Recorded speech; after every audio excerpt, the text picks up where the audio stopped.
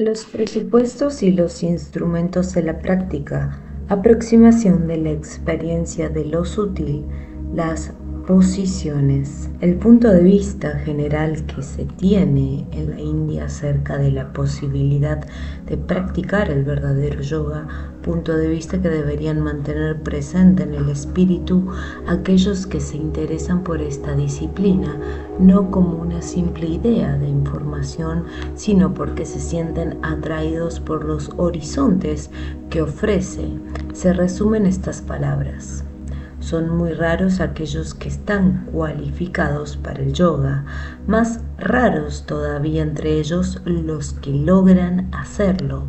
Se dibuja así un contraste, por una parte, entre las premisas metafísicas generales de una teoría de la no dualidad, la cual postula, tal como se hacía ya en los Upanishads, la existencia de la dimensión de la trascendencia del Atman en el ser humano, y por otra parte la situación de hecho de individuos particulares.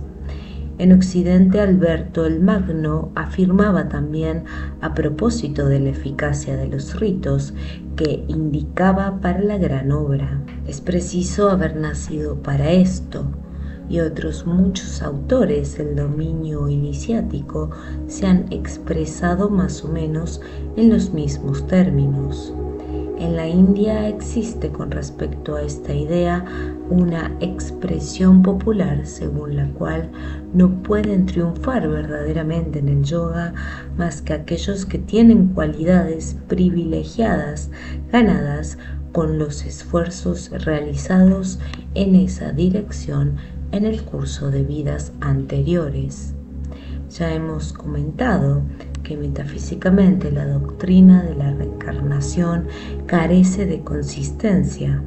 Es una manera simple de indicar la necesidad de una cualificación privilegiada, innata y natural. En este dominio, las veleidades intelectuales y los simples deseos no tienen valor alguno, y solo lo tiene aquello que es orgánico, esencial. Agripa nos recuerda que la dignificación del hombre constituye la clave de todas las obras mágicas. Ese es el arcano necesario y secreto para funcionar en este arte. Es un concepto de valor general. De ordinario se distingue entre una dignidad natural, en la cual, tal como dice el mismo Agripa, pueden jugar ciertos datos fatales, y una dignidad adquirida por sus propios esfuerzos, por una regla de vida precisa y además por un cierto arte religioso. Le corresponde a la primera la cualificación privilegiada de la que hemos hablado, postulada también en la India, mientras que la segunda se basa en un proceso, el proceso de dignificación del individuo. Con ambas se relaciona lo que podríamos llamar el sentido de la realeza, Rajabhava. Para el tantrismo esto se corresponde esencialmente con la presencia, el recuerdo, el despertar del principio Siva en uno mismo. En un comentario hecho en el Samkhya Sutra 4.1, Vijnana Vishnu emplea una imagen. Cuenta la historia de un hijo de rey exiliado que ha crecido en tierra extraña e ignora su origen, pero que ese origen le es bruscamente revelado, haciendo nacer en él esta certidumbre: soy un rey. El ritual de los mandala, imágenes que representan gráficamente las diferentes partes del universo y sus fuerzas, con la entronización de la persona que lo realiza y que, sentándose en el trono en el centro, recibe las insignias reales. Ya hemos recordado además que el Vajra Dorja, que se lleva en la ceremonia del budismo tántrico y lamaico, tiene el valor de un cetro y por tanto un sentido real. Los tantra ponen también de relieve tres cualidades consideradas por el yoga clásico: Sraddha, Virya y Vairagya. Vairagya consiste en una actitud de distanciamiento, de indiferencia y de desprecio sobre todo por aquello que está ligado a una vida mediocre, condicionada, impulsiva y dispersa. Plantea una distancia y remite el sentimiento de la realeza interior. En su forma superior, Vairagya está ligada a la discriminación entre lo real y lo irreal, lo efímero, y al establecimiento decisivo del sentido de uno mismo en lo real, siendo aquí el cuadro el mismo que en el Samkhya. Real, inmutable e impasible son sinónimos, siendo las cualidades de la naturaleza purúshica, soberana y espectadora. Cerrada es la fe que hay que tomar en una acepción positiva en el sentido de una certidumbre inquebrantable, no admitiendo dudas, oscilaciones o desánimo. La contrapartida es el virya, o la fuerza, en el sentido eminente, susceptible de establecer una continuidad en el comportamiento y la acción. Se dice que dos elementos lesionan y destruyen sobre todo el virya, el miedo y el deseo, y por tanto también la esperanza. Pero no hay que olvidar que la palabra virya puede tener también un sentido técnico particular, sobre todo en el budismo, el de una fuerza que no pertenece al plano samsárico y que puede ir a contracorriente. Por extraño que esto pueda parecer, en este sentido se ha podido asociar a virya un simbolismo fálico. Solo de esta manera puede explicarse el hecho de que los ascetas sivaicos lleven como colgante, como emblema, el phallus, el linga, símbolo de su dios. En este contexto, el emblema está destinado a simbolizar el virya, la fuerza viril en el sentido superior. Y uno de los errores más corrientes de la historia de las religiones consiste en ver en todas partes en donde aparece el phallus cultus fálicos en un sentido priápico, es decir, símbolos exclusivos de la fuerza física de la procreación, incluso cuando, por ejemplo, en la antigüedad, en Egipto y en el mundo greco-romano, figuraban los cementerios, donde representaba la fuerza de una esperada resurrección, o también cuando se le atribuía en los templos el poder de paralizar o alejar las influencias oscuras y demoníacas. La dignidad natural y la dignificación comportan una cierta calma o impasibilidad soberana, sentida como natural. Ligada a esta dignidad, la fuerza virya puede adquirir el carácter de lo que alguien ha llamado la fría cualidad mágica. En cierto nivel, esta cualificación puede reforzarse con la renuncia, y en este contexto se descubre el sentido más profundo de ciertos preceptos, a los cuales se da habitualmente una significación banalmente moral. Puede comprenderse que la renuncia sea un factor de virya, del poder y la cualidad mágica, en tanto que rechaza y destruye la situación propia del deseo. Pero la teoría básica es que todo deseo o concupiscencia del hombre ordinario implica un estado de privación. Se experimenta una necesidad porque no se tiene algo, y por eso la concupiscencia, la pasión o el deseo nos impulsan hacia alguna cosa de la que dependeremos en esas condiciones. Pero es evidente que no puede dominarse verdaderamente o poseerse realmente una cosa que se desea. Así, desde el principio nos ponemos en un estado de dependencia con relación a esa cosa, de pasividad ante su atracción. Al renunciar, es decir, al no desear, al no demandar, la relación se invierte, porque en este caso se testimonia un estado de autosuficiencia, de integridad y de independencia. Entonces, en lugar de ser el yo el que va hacia la cosa, será la cosa la que irá hacia el yo, como a su macho, como a su señor, el cual precisamente es, en su estabilidad y su impasibilidad, posee una fuerza mágicamente atractiva. Así toda renuncia, comprendida evidentemente como un estado interior, pone un poder a la disposición del hombre. La fuerza oculta que se desarrolla se llama hojas. Es la condición fundamental para poseer un objeto, gozarlo sin estar encadenado a él. Llevamos así por otro camino el concepto tántrico del gozo o boga que no lesiona al ser interior, presentando perspectivas más interesantes que las que pueden ofrecer, por ejemplo, la árida ética estoica o el ascetismo de tipo religioso.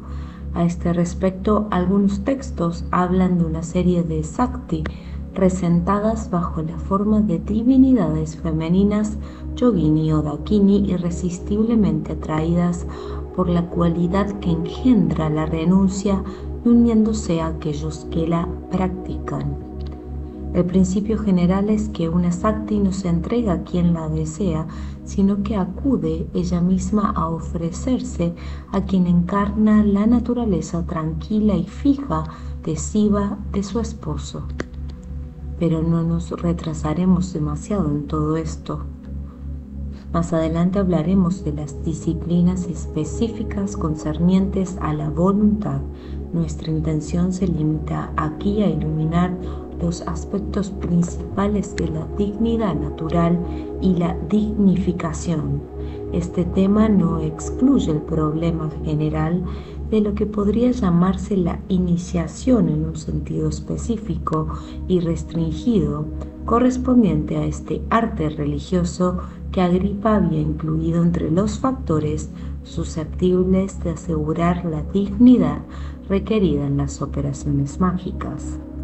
Este problema está estrictamente ligado al de las realizaciones de orden superior que pueden esperarse cuando por el sadhana solo se dispone de fuerzas y un carácter simplemente individual. De nuevo, las premisas no dualistas de la metafísica hindú no han ignorado el estado de hecho que se dice es casi general en la época de la sombra, Kali Yuga. Se sabe, y puede que esto esté en relación con lo que nos ocupa, que en la religión que predomina en Occidente se afirma que la gracia y una iluminación concedida por la divinidad son condiciones necesarias para la salvación, para una vida verdaderamente sobrenatural de la criatura tarada y paralizada por el pecado original. Pero la enseñanza iniciática y la metafísica de Oriente no conocen esta posición dualista, sin embargo admiten en general la relativa trascendencia de la fuerza realmente capaz de actuar en el plano suprasensible por relación a las facultades del hombre ordinario.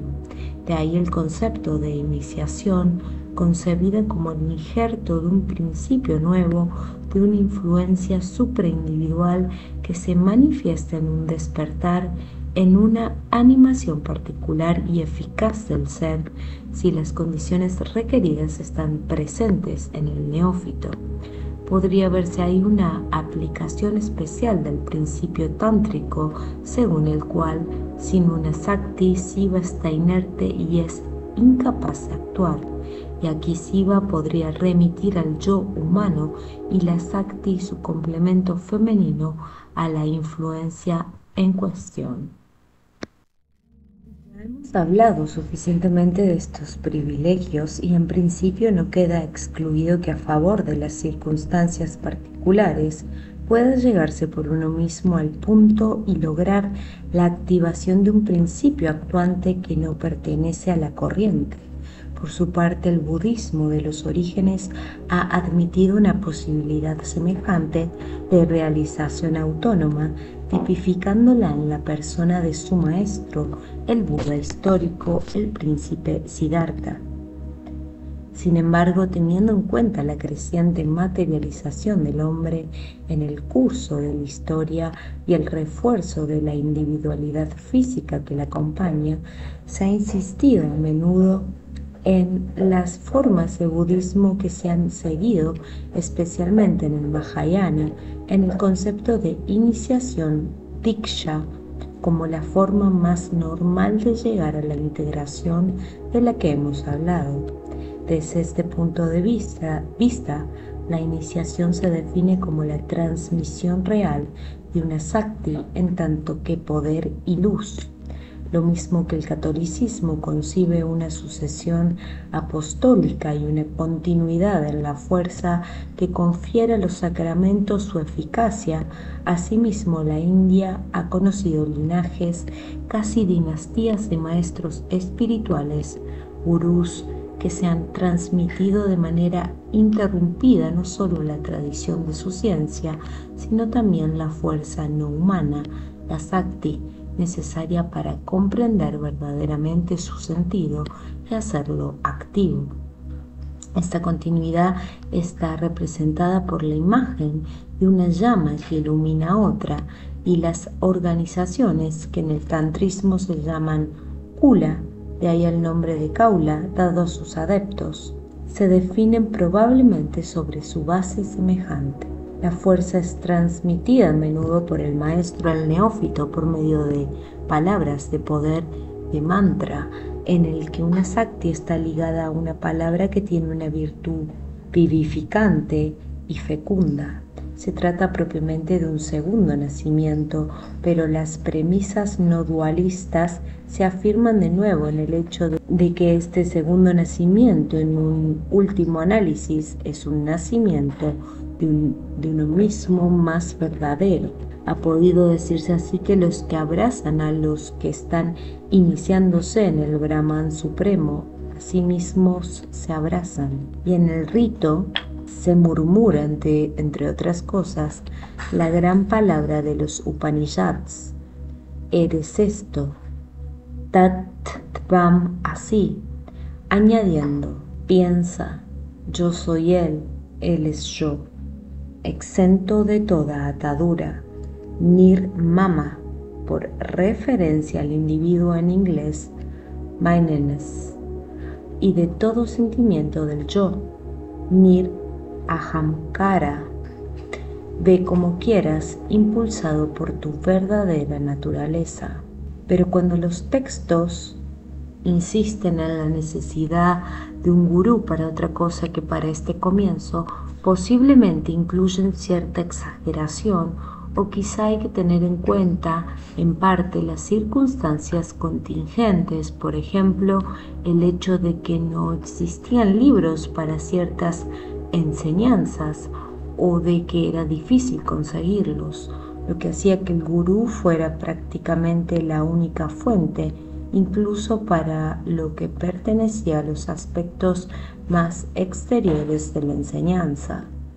Pero no hay que olvidar lo que podía haber de no transmisible por el lenguaje ordinario o las exposiciones escritas de ciertas enseñanzas, lo mismo que el carácter cifrado y polivalente de ciertos textos que incluyen una jerarquía de niveles de interpretación. También por esta razón se afirma la necesidad de un maestro espiritual. Finalmente, cuando existen, aparte de la transmisión de una Sakti que no es la del gurú en tanto que individuo, sino que es supraindividual y está ligada a la cadena a la que él pertenece, cuando existen relaciones seguidas entre el maestro y el que ha sido iniciado, como en ciertas organizaciones, entra entonces en juego la ayuda aportada por el iniciador de cara a los peligros y obstáculos que no pueden ser prevenidos ni evaluados de una forma exacta más que por aquel que tiene de ellos ya una experiencia directa y personal y posee una cierta competencia en materia de casuística.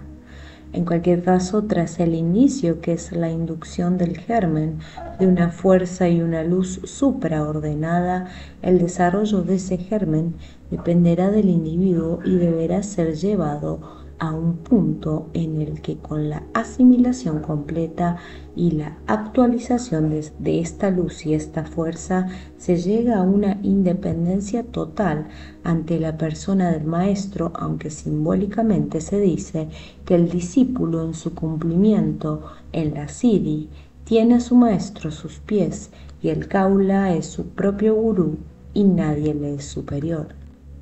Cualquiera que sea la manera en que se obtenga la iniciación, reviste un sentido general de consagración y puede observarse en ciertos textos la idea de que no solo condiciona la eficacia del sadhana y la dignificación, sino que también allí donde esta falta, el sadhana y la ascesis podrían tomar un carácter súrico, de asura, no Dios, designación de una especie de equivalente indo-aria de los titanes.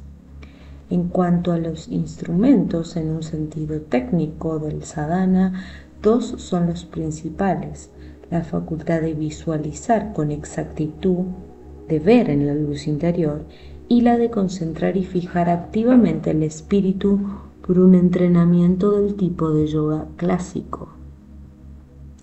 La primera facultad se le exige particularmente a todo aquel que en el sadhana tántrico está ligado a imágenes o símbolos que hay que activar. Se trata de la imaginación, en tanto que facultad de ver con los ojos del espíritu una forma dada en todos sus detalles tan claramente y con la misma vivacidad como si se tratara de una realidad concreta, en su grado más elevado, en la capacidad de sumergirse completamente en la forma o en la imagen hasta que ésta vive solo en el espacio interior, alimentándola por una acción semejante a la de una lente que concentra rayos solares en un solo punto hasta que termina por encender una llama.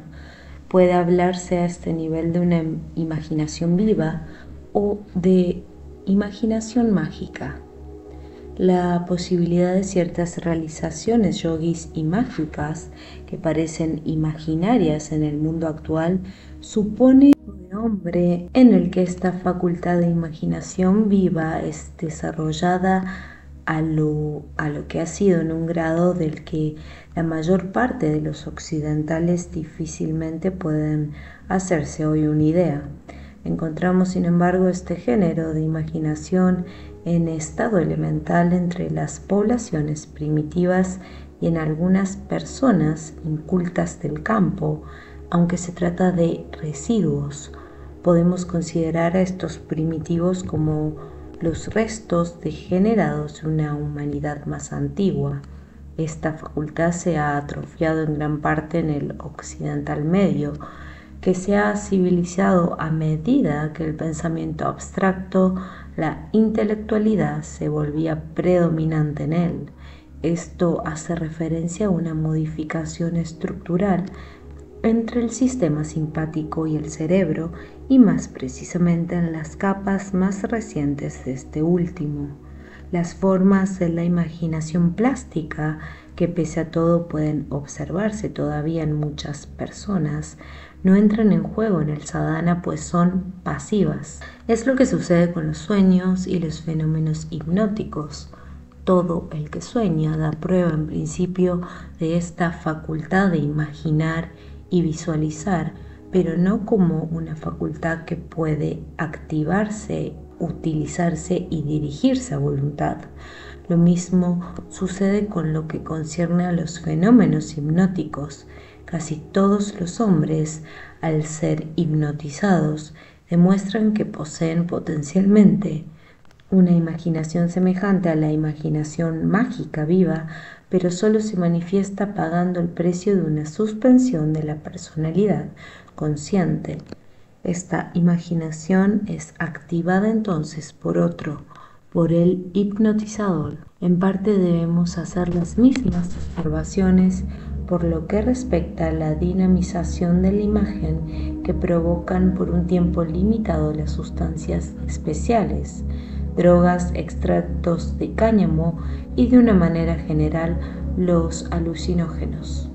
Solo engendran visiones desordenadas, solo con algunas sustancias particulares y con la condición absoluta de haber realizado una preparación especial y de tener una posición personal favorable, pueden obtenerse resultados distintos. Veremos que el ritual secreto de los Virya incluye la utilización de bebidas embriagadoras, pero es un caso raro y con la intención visible de disculparse de la acusación de celebrar orgías, se declara que recurriendo a ellas se quiere reanimar la imaginación y mejor todavía visualizar las imágenes, sobre todo la de los Devala, en una u otra de las ceremonias. En este caso, las bebidas embriagadoras solo tendrían un papel coadyuvante. El objetivo esencial de esa utilización ritual es el de provocar lo que en la Grecia antigua se denominó el estado de, en un sentido positivo, el de entusiasmo divino y arrebato, como en la utilización dionisíaca de vino iniciático en las orgías sagradas. Sin embargo, no tiene relación con el problema específico que estudiamos, que es el de despertar la imaginación cuando de partida esta facultad falta absolutamente. En cambio, cuando se trata de despertar o desarrollar una facultad que parcialmente está presente, se recurre a determinados métodos, como por ejemplo el del recuerdo, fijar de antemano con todas sus particularidades un objeto que se tiene delante y verlo después con los ojos del espíritu. En el ejercicio siguiente se ve esta imagen repetida o ampliada delante o detrás. Finalmente, en otro ejercicio se ve delante en el espacio con los ojos abiertos como si fuera algo real. Probablemente un psiquiatra vería en todo esto un entrenamiento tendente a suscitar alucinaciones, pero el psiquiatra se estaría olvidando entonces de lo esencial, y es de esas imágenes, y es que esas imágenes no son, como las verdaderas alucinaciones, procesos compulsivos e involuntarios. De manera general, no se trata de convertirnos en víctimas de nuestra propia imaginación, sino precisamente de lo contrario. Finalmente, hay también algunos casos de apertura repentina, un poco como la que puede producirse para la vista mediante operación de cataratas.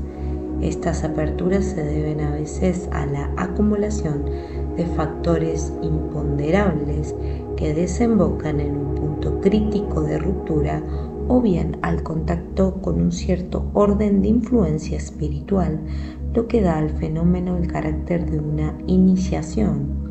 Eso es lo que parece ser que le sucedió, por ejemplo, a Gustav Meyrink, conocido autor de interesantes novelas de fondo iniciático. Se había entregado durante mucho tiempo a la práctica del yoga sin llegar a ningún resultado importante, precisamente porque, como hacen muchos intelectuales, pensaba con palabras y era incapaz de ver figuras, formas y colores con el ojo del espíritu. Ya había abandonado esas prácticas cuando un día, con el alma apaciguada ante un paisaje invernal, tuvo una visión. Vio en el cielo una silueta con las piernas cruzadas en la posición característica de Buda.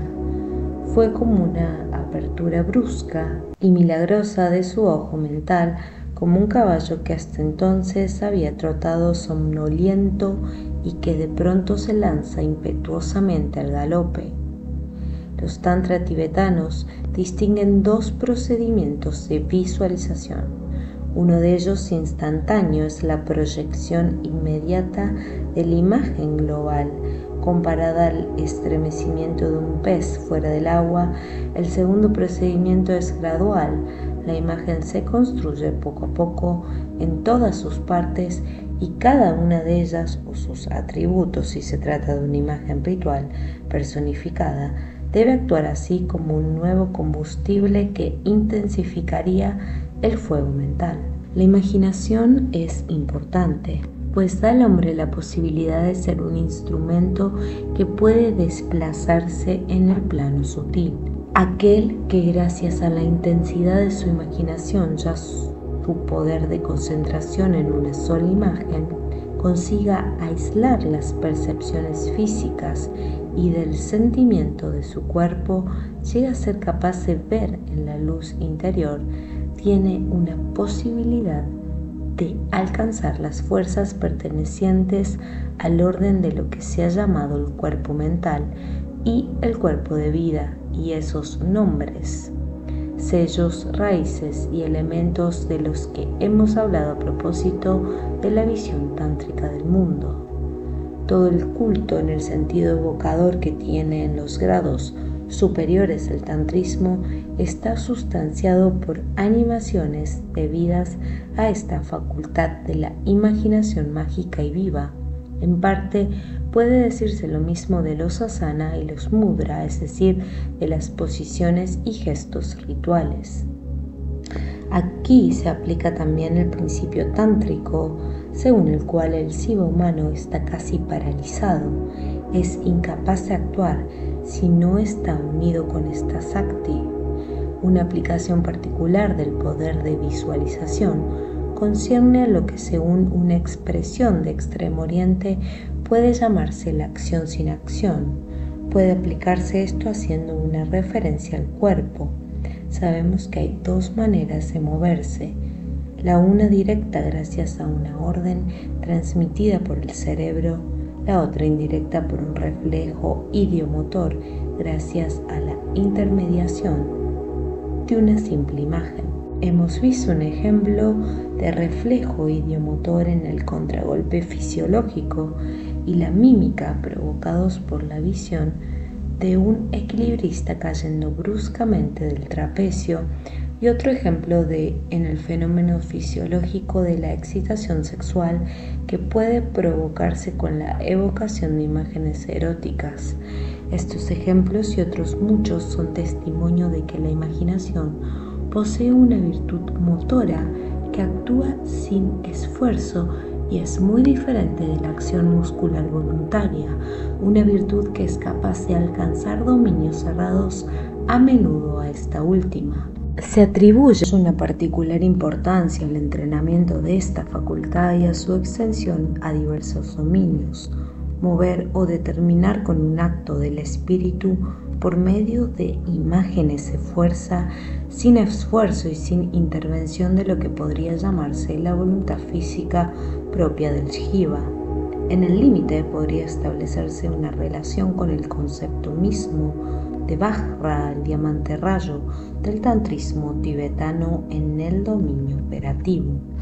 Pasemos ahora al segundo instrumento fundamental, la capacidad de unificar y concentrar el espíritu.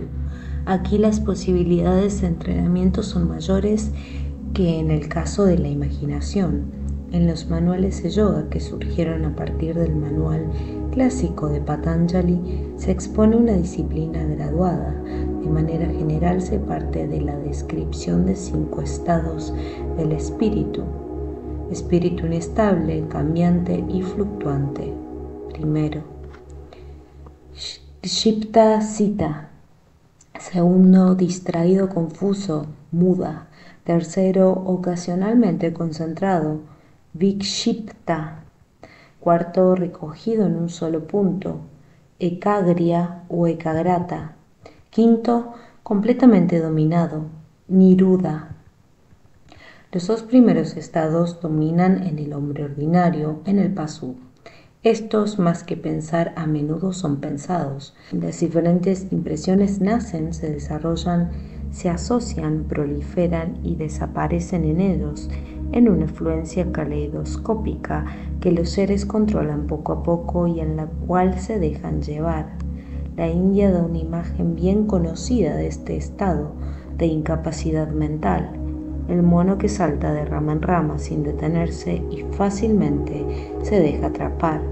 El tercer estado, Vikshipta, aunque pertenece todavía a la vía ordinaria, ya es diferente.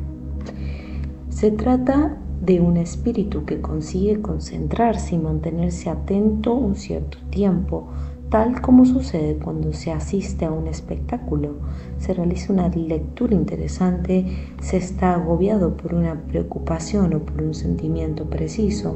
Cuando nos esforzamos por resolver un problema, percibimos un ruido claro, recordamos alguna cosa, etc.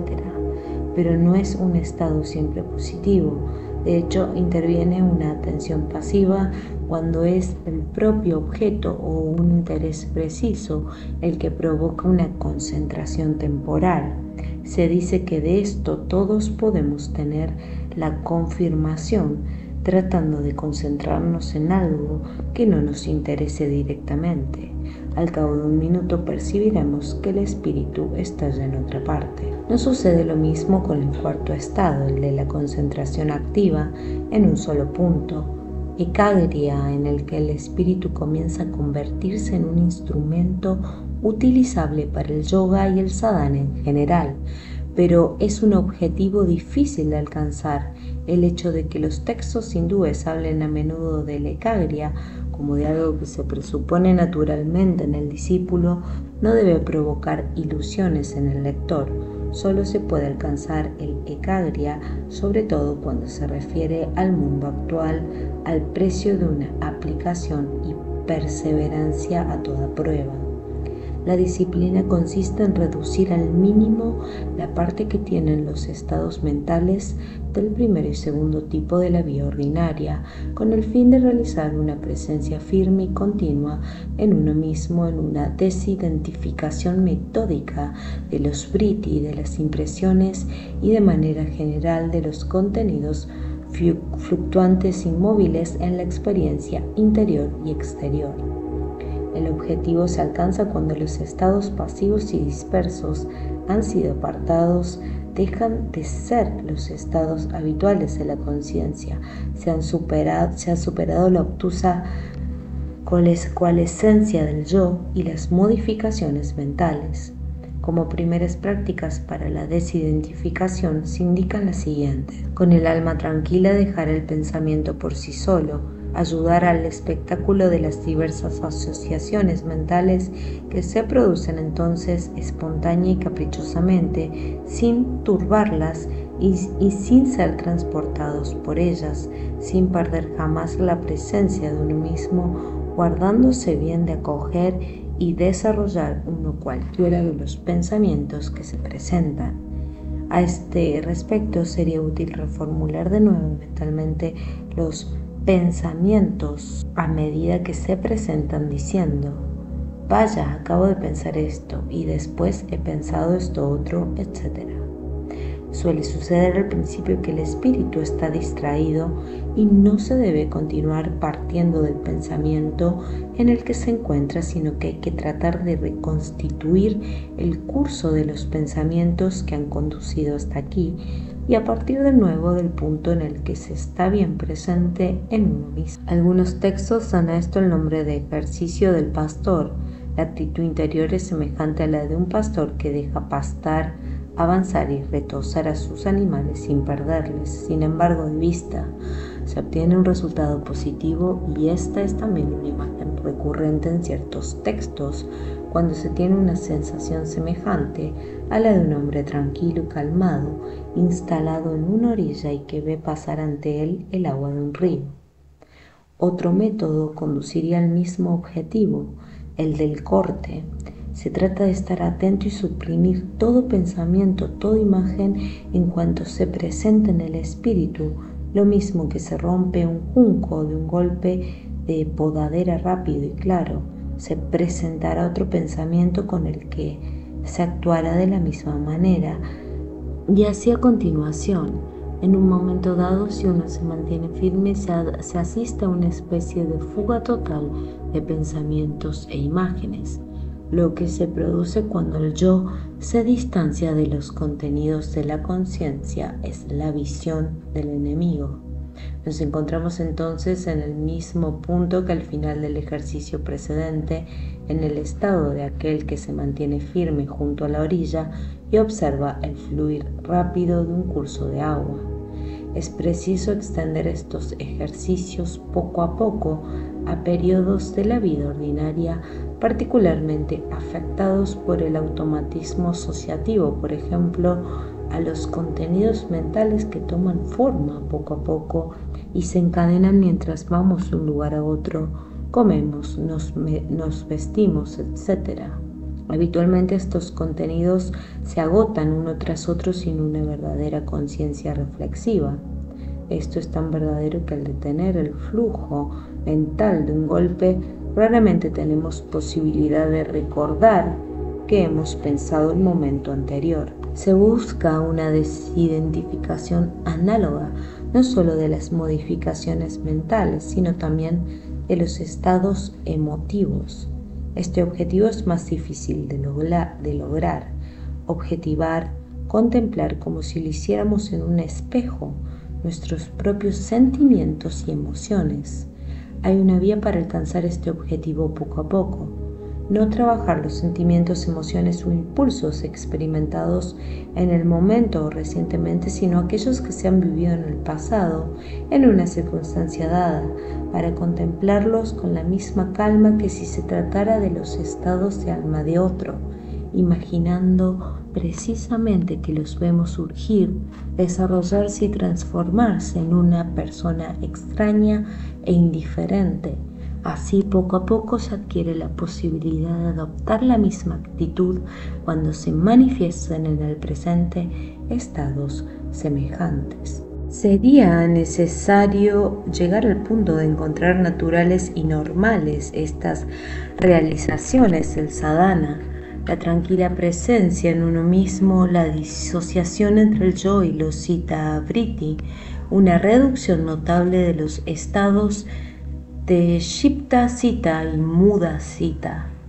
En cierta medida es una condición previa para entregarse al yoga en el sentido clásico, cuya doctrina ha sido expuesta sucintamente en el Yoga Sutra de Patanjali y explicada a continuación en sus numerosos comentarios. Pero hay que saber que el yoga constituye un sistema propio. En principio, las técnicas que en él se encuentran expuestas se consideran suficientes para conducir a la liberación, según una acepción de esta palabra, fundamentada esencialmente en la doctrina del Samkhya.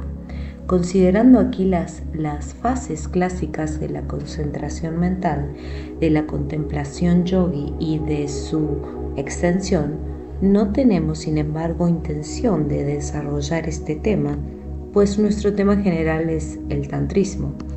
Esencialmente queremos preocuparnos de lo que concierne a la preparación de un instrumento necesario en general para el sadhana y que es solidario de la facultad de la imaginación viva que hemos descrito. El poder que nos interesa se ha denominado samyama.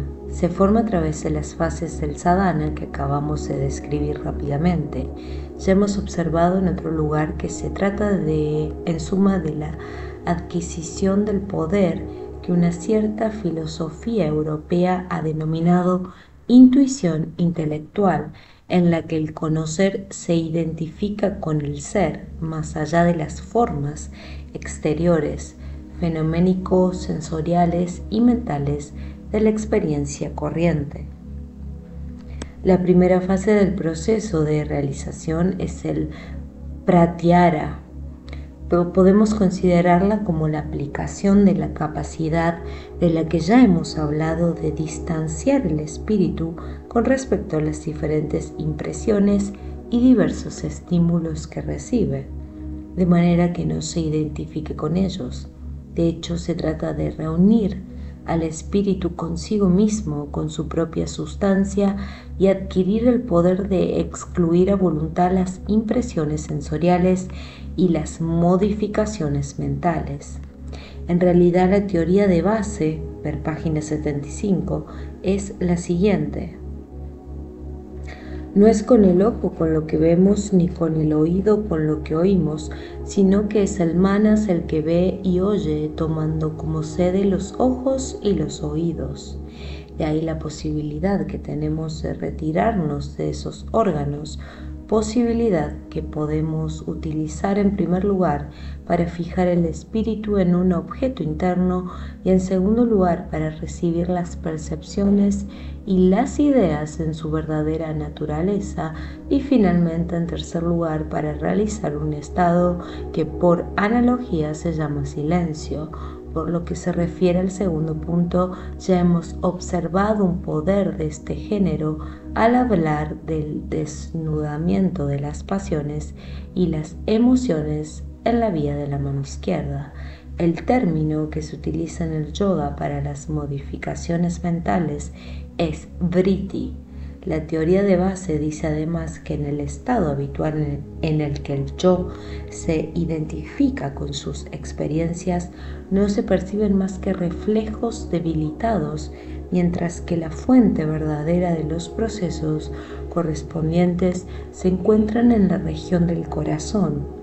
El hecho de que, por resonancia, el ideograma empleado para pensamiento sea en la lengua china también el del corazón y que algo semejante suceda en el antiguo Egipto no deja de tener relación con lo que acabamos de decir. Cuando en el pratyahara el espíritu se retira en sí mismo, se dice que las ideas y los pensamientos pueden parecer fulgurantes, es un estallido de energías puras que se apartan de un centro de mitad del cuerpo y golpean el cerebro. Además, la expresión vritti utilizada en el yoga puede referirse a esto mismo, pues hablando en propiedad no quiere decir modificaciones, estados o formas, sino torbellino. Sucede así que, en razón de la experiencia de la que acabamos de hablar, los textos tántricos tibetanos atribuyen a los pensamientos la cualidad de un movimiento de meteoro, del paso de una flecha, de un relámpago. En cuanto al silencio, del que hemos hablado en tercer lugar, es el estado del espíritu que reposa en sí, puro, tranquilo. Puede pensarse que la relación entre el yo y el pensamiento es análoga a la que une el yo con la facultad de la palabra. Como en un sentido ordinario, el silencio quiere decir no poner en acción la facultad de la palabra, se trata también de no poner en acción al pensamiento, de inmovilizarlo y reunirlo. Podríamos comparar los diversos pensamientos que se suceden en la vida ordinaria con un discurso instintivo y sin verdadero orden. En el pratyahara se suspende el discurso por medio de un acto calmo. Nos callamos en el silencio interior del espíritu. De manera general, toda operación del sadhana debe ser precedida y seguida por este silencio. La segunda fase, el dharana, puede considerarse como un desarrollo de la ekagriya, la éxtasis del espíritu, reunido en sí mismo se rompe y el espíritu se fija en un solo objetivo, incluyendo todo lo demás. Las impresiones sensorias, los pensamientos, las asociaciones mentales debidas al azar. Para distinguirla de la ekagriya o de la fijación del espíritu en un solo punto, es preciso establecer ya una cierta relación entre este dharana y la fase siguiente, llamada dhyana, que tiene un carácter noético de penetración cognitiva del objeto elegido.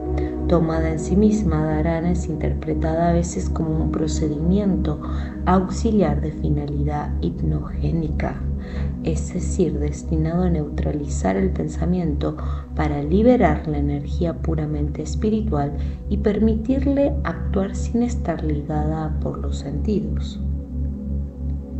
Vyasa indica ciertos puntos que pueden servir eventualmente de base para esta concentración hipnogénica: el punto superior de la cabeza, el ombligo, la punta de la nariz, la raíz del paladar, o bien se utiliza un objeto exterior como un ruido.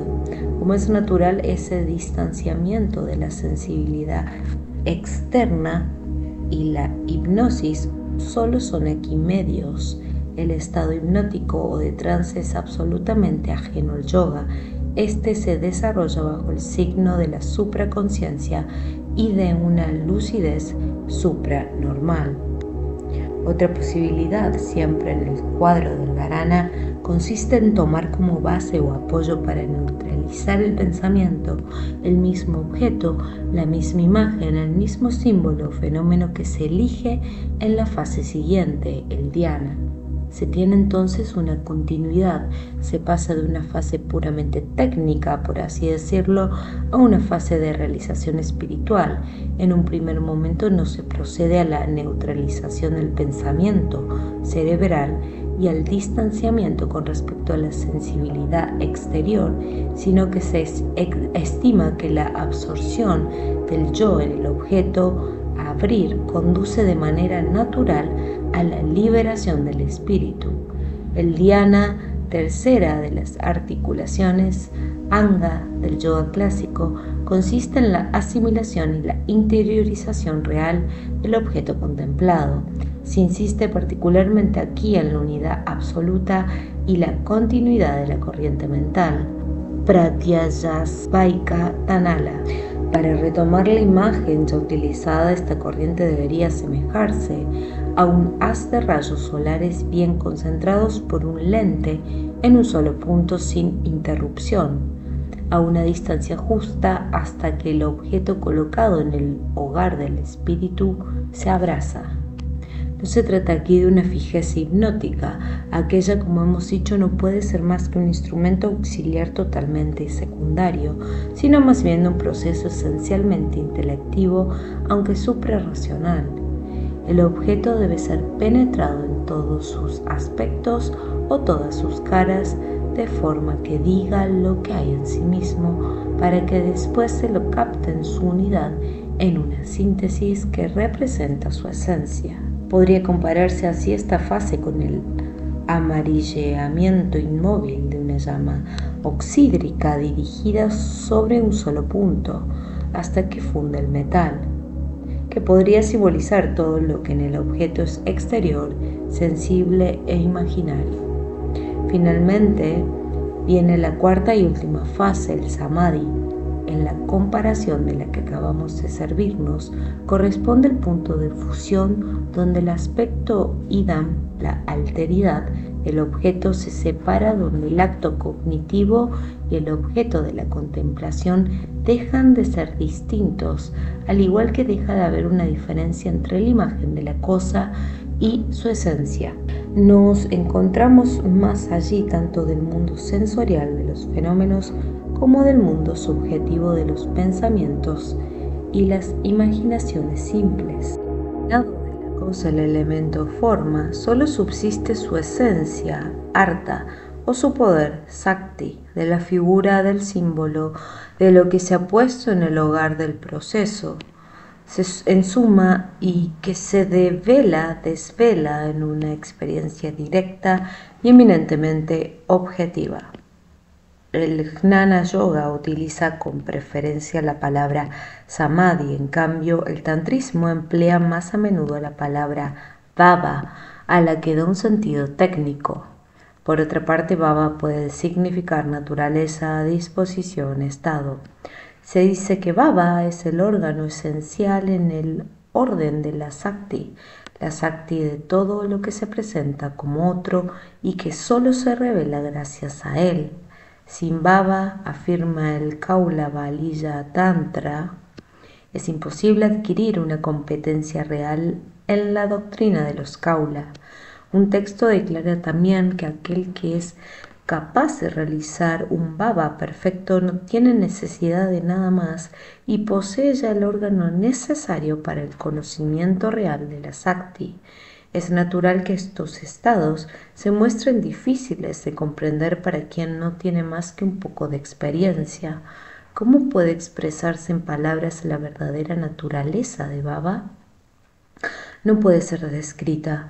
Las palabras solo pueden indicar la dirección en la que se encuentra. El proceso ofrece diferentes grados según el objeto elegido. Si la base está formada por un objeto de la experiencia sensorial, Para llegar a Baba es preciso pasar por un doble proceso de abstracción. En un primer tiempo, el objeto tal como es descrito por los sentidos físicos ha sido apartado y rechazada asimismo toda otra representación de aquel por medio de pratyahara, y no queda más que una imagen. Después de que esta imagen ha sido contemplada y animada a la luz interior, se suprime este apoyo o símil, lo mismo que antes se había suprimido la percepción física, lo que da lugar a una especie de reflejo en segundo grado que carece de forma, es inmaterial y a partir del cual se desarrolla Baba.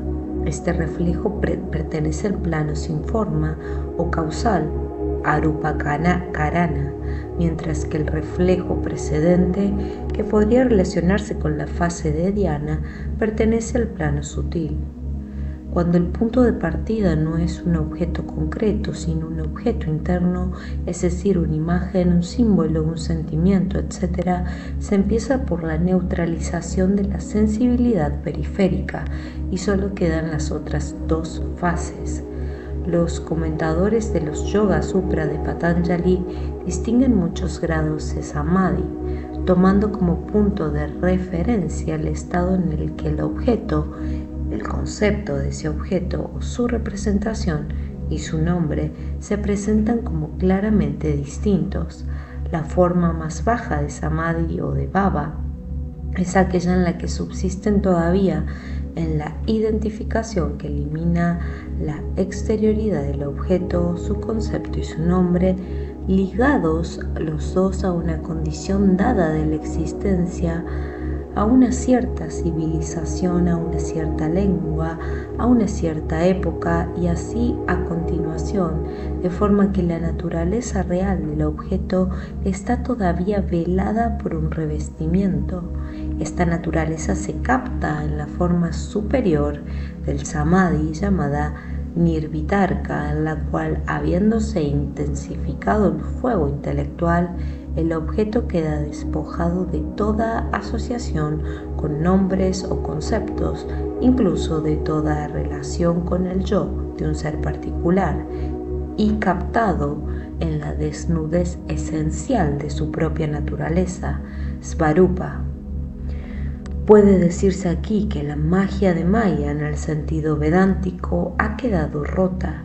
La mirada del hombre participa de la naturaleza de la mirada de Shiva, el cual con su ojo frontal simbólico, el ojo del cíclope, excluye todo aquello que en la manifestación es revestimiento y envolvimiento de la ignorancia, lo mismo que según la antigua concepción de los helenos se desvela la mirada olímpica, más allá del mundo de los sentidos, la realidad superior de lo que justamente se llama Cosmos Noitos, la palabra técnica del yoga para designar el conjunto del proceso que incluye a Dharana, Dhyana y Samadhi, igual Baba, es Samyama.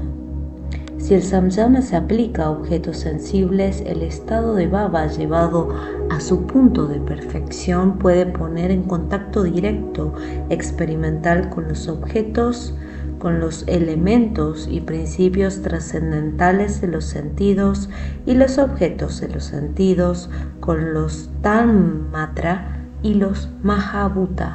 Estos contactos corresponden tanto a las formas del conocimiento e iluminación, prajna, como a las facultades perceptivas no condicionadas por los órganos del cuerpo. Se dice que se llega a conocer un ver sin ojos, un tocar sin manos, un oír sin oídos, un alcanzar sin acercarse, etc. En el tercer libro de los Yoga Sutras se indican estas diferentes posibilidades del Samyama. Hay que observar que el Samyama puede ser utilizado para un conocimiento supranormal e iluminador no solo de las fuerzas y las esencias que se manifiestan en el mundo exterior, sino también de aquellas cuya manifestación forma habitualmente parte del mundo de los sentimientos y de las emociones, de los que ya hemos hablado, y finalmente que puede tener por objeto entidades y poderes pertenecientes a planos y estados del ser sin correspondencia directa con la experiencia humana ordinaria. En estos últimos casos, la base del proceso de abertura está formada por símbolos, figuras, sonidos y signos que nos ofrece la tradición esotérica, y las operaciones, tanto las del ritual tántrico como las del Hatha Yoga, se apoyan esencialmente en este material suministrado por la tradición e iluminado por una enseñanza directa. Hay que remarcar también que esta exposición de las articulaciones del yoga clásico nos ha llevado a examinar procesos que en este yoga están en realidad ordenados de cara al fin supremo. Se considera que pueden conducir a la liberación del yo, al descondicionamiento del ser y por una vía distinta del Hatha Yoga. En realidad existen muchas formas distintas de Samadhi y se atribuye precisamente este poder a la más alta de esas formas, aquella que no se aplica a objetos o fines particulares, que no tiene sostén, Asampragnata Samadhi, que únicamente se dirige hacia el conocimiento, la realización del Atman. Pero aquí, tal como hemos dicho, nos proponemos reunir solo aquello que concierne a la elaboración de un instrumento de trabajo. Tal es el poder del samyama, bajo una forma elemental y aproximativa, fuego mental para una percepción extrasensorial. En el Hatha Yoga, una de las primeras aplicaciones de este instrumento concierne al cuerpo. Se trata de adquirir gradualmente una percepción sutil de este y de las fuerzas que en él actúan. Uno de los equívocos que provoca el yoga exportado a Occidente consiste en creer que existen métodos físicos para las realizaciones espirituales, lo que no tiene sentido alguno, pues cuando los textos hindúes hablan de lo físico, se refieren a algo muy diferente de lo que entiende el hombre de los últimos tiempos y sobre todo el europeo medio moderno. En realidad se considera, a modo de presuposición, hasta tal punto natural que ni siquiera se enuncia un tipo de hombre cuyo cuerpo estaba o está todavía en gran parte penetrado por el yo. Estaba o está todavía más cerca de ese último y más abierto a él en su dimensión sutil. Por ello, los procedimientos físicos utilizados por el yoga tienen implicaciones que no son únicamente físicas. Sea como sea, se indican ejercicios de concentración intensiva sobre funciones, órganos o zonas particulares del cuerpo que tienen como fin extender sistemáticamente la conciencia en el mundo del inconsciente orgánico, lo que extraña una desmaterialización y una sutilización de lo que ordinariamente se llama la anestesia, la sensación global del organismo. A este respecto, la respiración toma una importancia particular dado el papel que juega en casi todas las formas del yoga, en particular en el Kundalini Yoga. De hecho, la eficacia del pranayama, del control de la respiración, supone una toma de contacto con su aspecto sutil. Es del prana, la respiración como fuerza de vida, y no de la respiración bajo su forma grosera, stula, de lo que se trata en la práctica del verdadero yoga, abstracción hecha del simple yoga físico. Como entrenamiento se prescribe el distenderse, relajarse, permanecer inmóvil esperando que la respiración dejada por completo a sí misma torne un ritmo regular como el de un niño que duerme. En ese momento se procede a una concentración mental progresiva tal como la hemos descrito. Según los textos, la sensación del estado sutil del aliento prana sería semejante a al de una luz difusa. A continuación, en la fase siguiente puede transformarse en sensación de calor, cuando el proceso de interiorización pasa de la función respiratoria a la de la circulación sanguínea que con ella está ligada. En ese momento la conciencia ha cambiado ya de plano En efecto, vemos que en el yoga el aliento está considerado como un vehículo que permite pasar de la conciencia ordinaria de vigilia a formas más profundas de conciencia ocultas en el hombre común por el estado de ensoñación o por los diferentes grados de sueño. Además, todo esto constituye una vía que debería permitir la penetración en el interior del cuerpo con el fin de ocupar su lugar en esta vida a la que de ordinario somos, por así decirlo, extranjeros. A decir verdad, este descenso se lleva a cabo de manera natural cuando nos dormimos, o mejor todavía, cada vez que nos entregamos al sueño. Pero en esos casos la conciencia ordinaria no puede seguir el cambio de estado o de plano. Es rechazada en el umbral mismo de este universo, como si le cortara el paso un ángel severo colocado cerca del árbol de la vida. La situación solo puede ser parcialmente modificada cuando el poder de abstracción y de concentración que suponen las disciplinas del yoga se ha desarrollado hasta un cierto grado. Para comenzar, se proponen ciertas formas de meditación. He aquí una. Por la noche, antes de dormirse, hay que visualizar un sol que poco a poco se eleva hasta llegar al cenit de un cielo diurno totalmente puro. La imagen debe ser viva, estar animada por un sentimiento de elevación, de apertura y de iluminación de todo el ser. Hay que pensar además que esta imagen se corresponde a lo que llegará en lo más profundo de la noche, cuando brillara en todo su poder ese sol de medianoche del que hablaban los misterios de la antigüedad occidental. Hay que entender por cenit el sol nocturno, el punto en el que llega a ser perfecta la identificación con la luz, ligada a un sentimiento de liberación.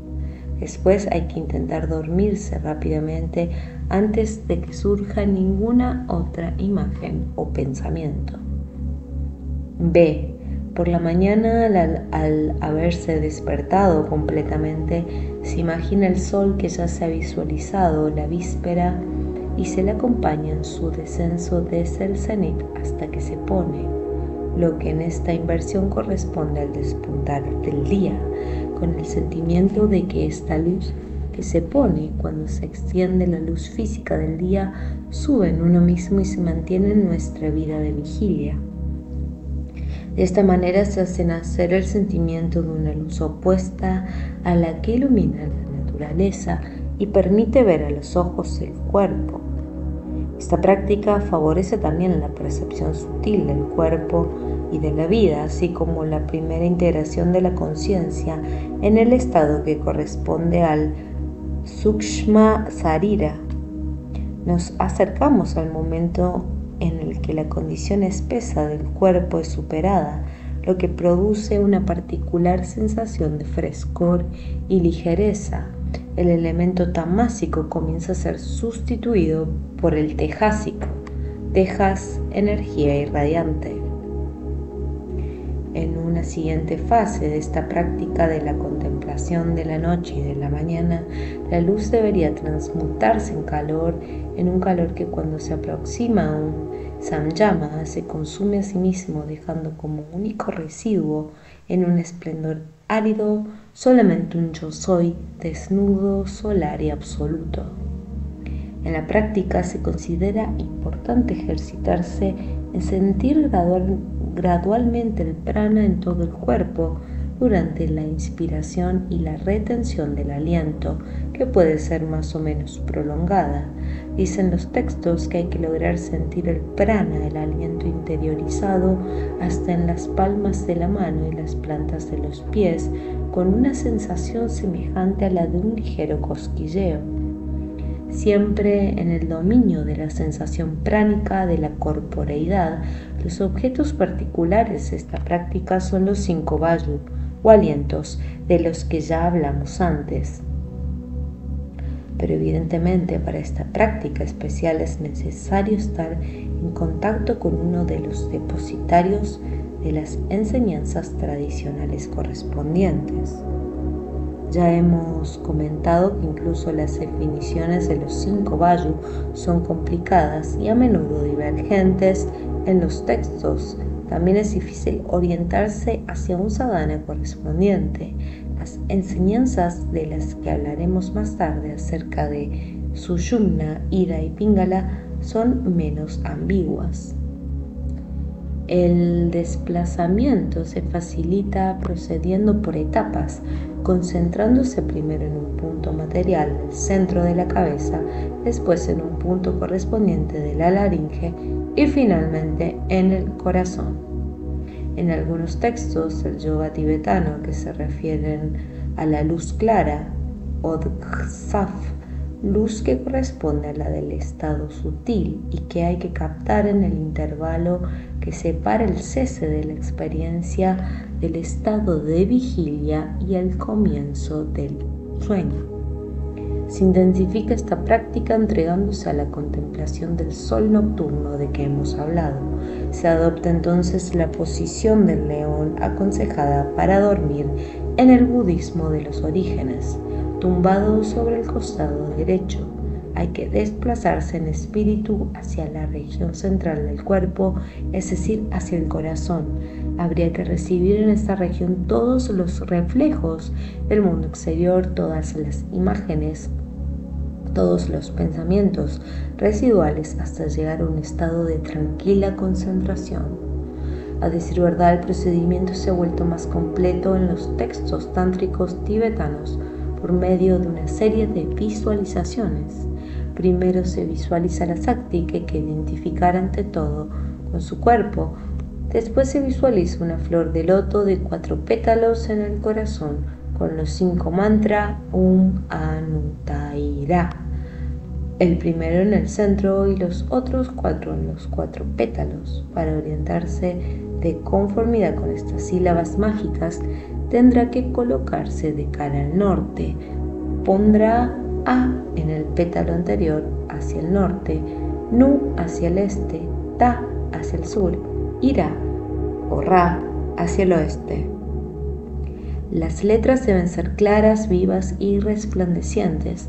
Al acercarse al sueño, el espíritu tranquilo y concentrado pasa gradualmente de A a Nu, después a Ta, luego a Ra y se coloca finalmente en el centro, en Un, recorriendo de abajo arriba el signo tibetano que corresponde a esta sílaba, para terminar en la pequeña media luna y en el círculo de la parte superior de lo que en el simbolismo gráfico representa Sunya, el vacío, es decir, la trascendencia. Los mantras son visualizados en letras tibetanas y no en las transcripciones que de ellas nos dan los alfabetos europeos. Está permitido pensar que tienen alguna eficacia objetiva condicionada, esta por el fondo de resonancia que existe en un nombre de lengua y tradición tibetanas. Los textos son casi unánimes, es decir, que la región en la que puede tener lugar la experiencia de la luz clara está en el medio. El texto al que acabamos de referirnos da el nombre de ignición al cambio de estado que se produce a continuación cuando sobreviene el sueño y de cumplimiento al punto de sueño profundo que corresponde a otro cambio de estado. Si la conciencia pudiera seguir todas estas fases, tendría la experiencia de la luz absoluta que, según se dice, estalla tras la muerte. El estado de ignición del que habla este texto se corresponde visiblemente con la fase calórica en la que hemos indicado que desemboca intensificándose sobre la percepción luminosa del estado sutil. Una práctica más simple que indica otro texto del tantrismo budista consiste en imaginar el cuerpo como si fuera el de Buda Vajrasattva, es decir, aquel cuya sustancia es Vajra, el diamante rayo, y fijar su espíritu en el estado calmo del vacío en el momento en el que uno está a punto de dormirse. Lo que dice el texto que hay que hacer en el momento de despertar es interesante.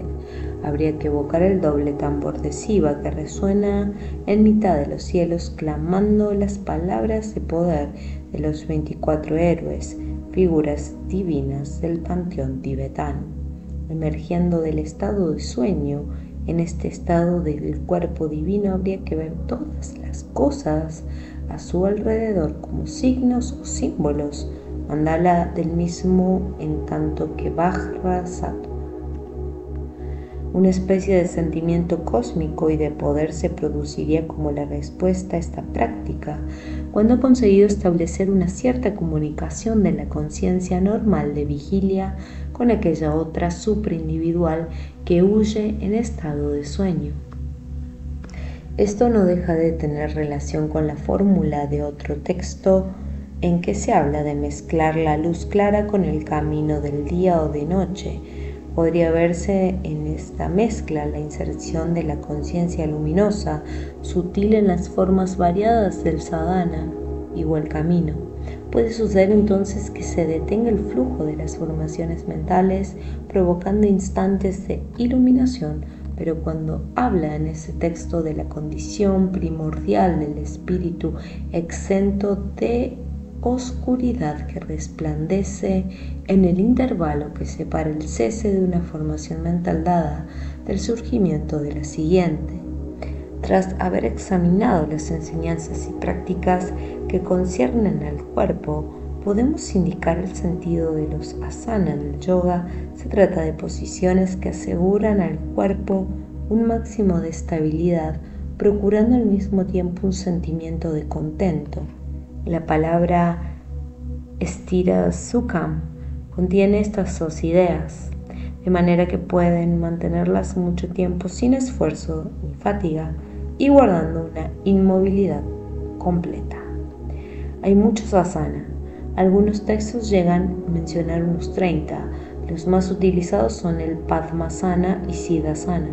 El segundo se diferencia del primero en que en el Padmasana los pies, en lugar de estar simplemente superpuestos, se cruzan de manera que el pie derecho se apoya en el muslo izquierdo, cerca de la ingle, con la planta hacia arriba, y el pie izquierdo se coloca sobre el muslo derecho de la misma manera. Habitualmente se asocia con los asana de los mudra, es decir, con los signos o gestos a los que se da un valor de sello. Ese es el sentido literal de la palabra mudra. Dos mudra relacionados con mucha frecuencia con los dos asana de los que acabamos de hablar son los de las manos puestas sobre las rodillas, la punta del pulgar tocando la punta del índice, formando un círculo, y los otros dedos abiertos. También el de las dos manos superpuestas horizontalmente, la derecha sobre la izquierda, puestas delante un poco por encima del ombligo, las palmas vueltas hacia arriba. La palabra mudra se utiliza algunas veces como sinónimo de asana. Se distinguen tres tipos de mudra: el mudra grosero, siula, el mudra sutil, sukshma, y el mudra supremo, para. El primero es el que no se realiza más que materialmente con los miembros. En el segundo, el gesto está ligado a una palabra de poder, un mantra. El último es el sello realizado con su contenido metafísico, tattva rupena. En el Bhavana Upanishad 21-24, muchos mudra, igual asana, se asocian a uno o a otro de los chakras, los centros ocultos del cuerpo, de los que hablaremos a continuación. Que los asanas sean posiciones naturales y agradables y que puedan mantenerse sin fatiga es algo que hay que entender de una manera relativa. Se trata más bien de posiciones que se vuelven agradables por el hábito, lo que exige bastante tiempo, sobre todo para el que no es hindú, pues los hindúes están habituados a adoptar posiciones semejantes incluso en la vida corriente, pero el aspecto esencial del uso de los asana, y más todavía de los mudra, es el aspecto ritual y mágico. En primer lugar, el asana puede considerarse como el desarrollo de una disciplina preliminar que consiste en hacer desaparecer los movimientos inútiles o irreflexivos y en llegar a un control completo de sus nervios y músculos. Lo mismo que el yogi elimina los pensamientos revoloteantes y desordenados, los dos primeros estadios del Citta, página 124, También elimina todo gesto incontrolado, instintivo o dictado por una comunicación natural. La taciturnidad, Kashta Mauna, formada en él durante una ausencia total de los signos, revela en el rostro un pensamiento total o un sentimiento, Akara Mauna, y se obtiene por un control de los músculos faciales que se llega a una impasibilidad de estatua típicamente oriental. Ahora bien, el asana, en tanto que inmovilidad extendida a cuerpo entero, se inscribe en la misma línea, pero esto no es todo. Cuando se dice que no es posible aprender los asana en su verdadera naturaleza más que gracias a un gurú, un maestro espiritual, ello implica que el sentido del gesto cuenta en ellos. Ante todo como el sentido simbólico ritual de la posición, pues tal como se ha observado con exactitud, el hombre tiende a encarnar un dios, a transformarse en una figura divina, casi en la estatua de ese dios, o a reproducir uno de sus aspectos. Así los asana están ligados con el hábito que tiene el yoga tántrico de identificar al principio de toda práctica el cuerpo del adepto con el de un devata de una divinidad particular. Ya hemos dado un ejemplo. El punto de partida reside en una imagen vivificada y en un cierto sentido mágica que el gesto del hombre debe reproducir ritualmente. Hay pues en la inmovilidad del cuerpo algo de igualmente mágico, mientras que las diversas posiciones les corresponden relaciones entre las corrientes de los prana del cuerpo y las fuerzas mismas del medio ambiente. El sello sería una especie de cierre del circuito que provocaría un estado fluido preciso.